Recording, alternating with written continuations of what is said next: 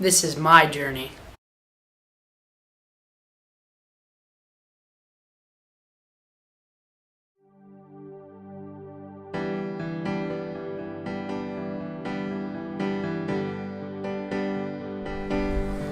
Hey, it's really good to see you again. I hope our conversation about forgiving has helped you. I know it doesn't take nearly as long to talk about it as it does to actually walk through it. But I hope the previous videos have helped you find a path that will lead you to healing. The last thing I've learned about forgiving is that it's easier when I've experienced it from both sides. See, people who have been forgiven usually do a better job of forgiving others. Somehow having been the offender helps us realize what knowing I've hurt someone else feels like. Now, I don't want to offend you, because I hope we've become friends on this journey.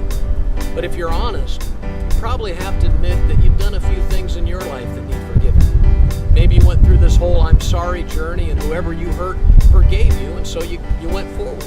Or maybe there's a few pieces of broken relationships behind you, left from the things that you did or they did, and well, you know, those things that are a part of our fault too.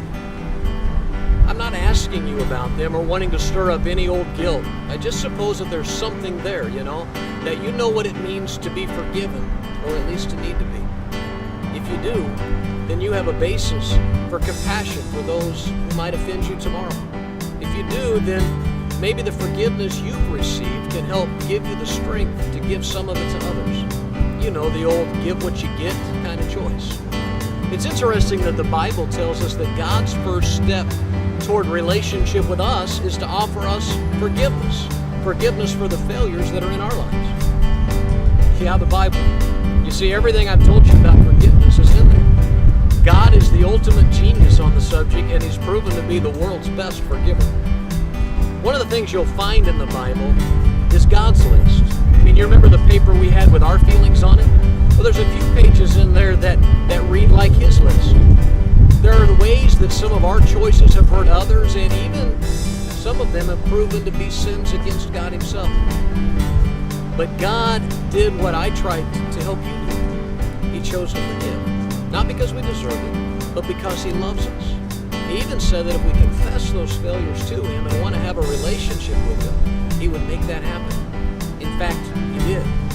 He paid the cost of forgiveness in Himself.